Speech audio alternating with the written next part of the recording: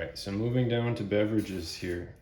I do drink quite a bit of coffee myself, probably more than one should. The big thing with coffee here, as with many other things, is the source. Where is this coming from? Who's processing this? Are these grounds or these beans fresh, or is this something that's been packaged again with a lot of other labels and ingredients needed? So if we want to have a cup of coffee a day, great. Let's make sure that's from a good source. If you've never heard of Organo Gold coffee before, I'd recommend checking that out and doing a little research on that. Other things we want to talk about in beverages. Water. Depending on where we live, if we're in a township or a village, we might have what we'd call city water. That's usually got a little bit more to it. It needs it because the water supply system has to have a certain level of chemicals added to it to make sure that there's not as many bad things in there. So some things are let go, some things are allowed in, and that's usually set by the environmental agency, the EPA. So with water, one thing we can do here is look for reverse osmosis systems. What this is going to do is, even in a townhouse or a duplex or anything in town that's got a tap system, it's going to take a lot of those chemicals and contaminants out of there so that what you're getting is mostly H2O. When we jump down to some other things in beverages here, what we want to look at and really try and eliminate some of these from most of our diets is if we go to Caribou and we get a bunch of cream and sugar with a little coffee in it. That's something that probably doesn't sit well in the human body, at least not on a regular basis. Maybe you can get away with that once in a while.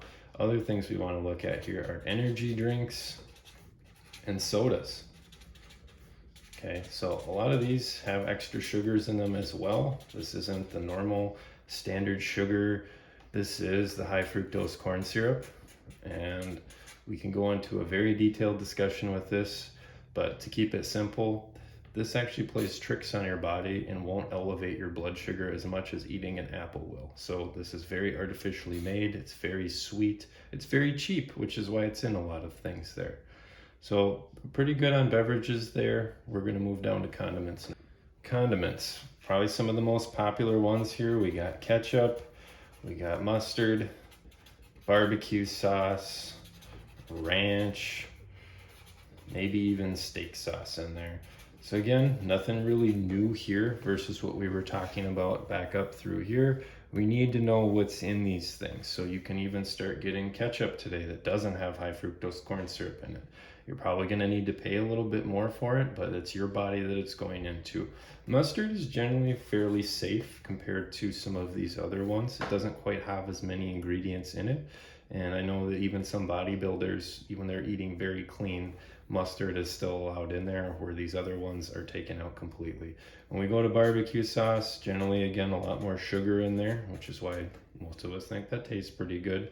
Ranch and steak sauce. Now, there's quite a variety in these things, and actually, fortunately, quite a few people are starting to develop and make ranch that is mostly just the main basic ingredients that make up ranch. It doesn't have a lot of these processed food ingredients and labels in it as well. Spices and herbs, yet again, if these are processed, let's try and stay away from those.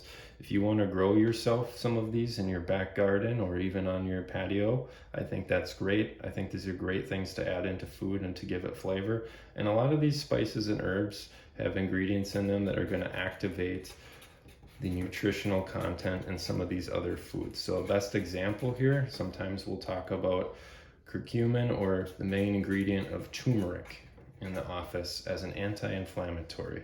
And what turmeric really needs to combine with it is the main ingredient in black pepper, which is pepperine.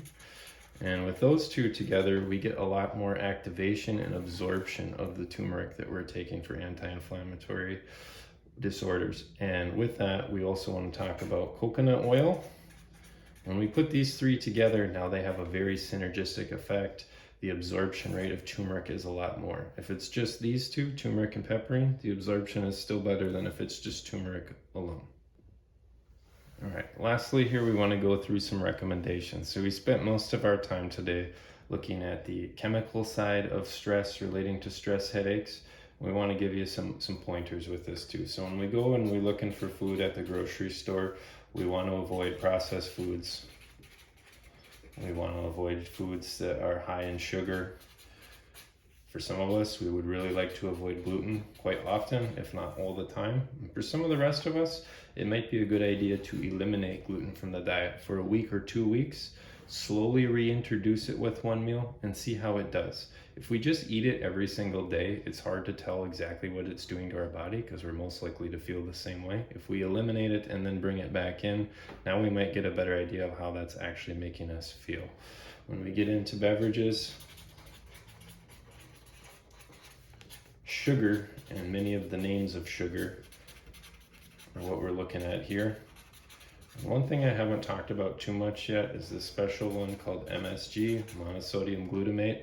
That's a very excitatory ingredient that's put in a lot of foods for flavor.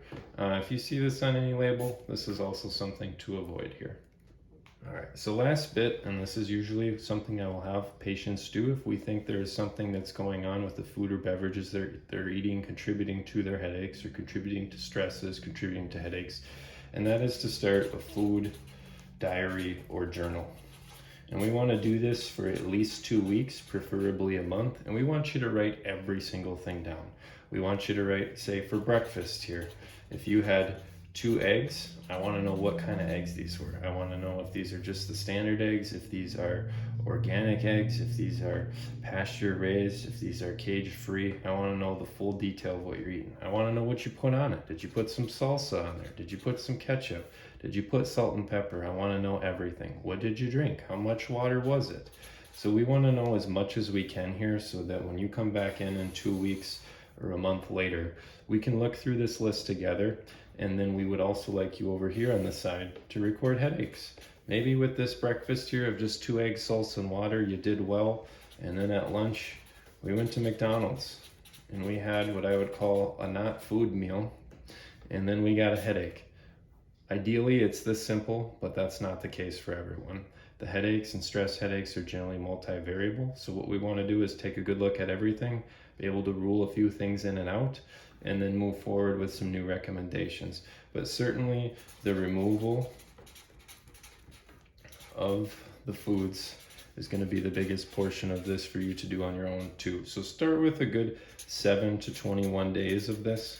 Let's say you decide, I think that caribou coffee is giving me a headache because I'm putting so much sugar in it. Don't do it for a week to 3 weeks and then try it again and see if that brings that back. If it does, okay, we're on to something. We got a little bit to work with there and we know now for sure what to avoid.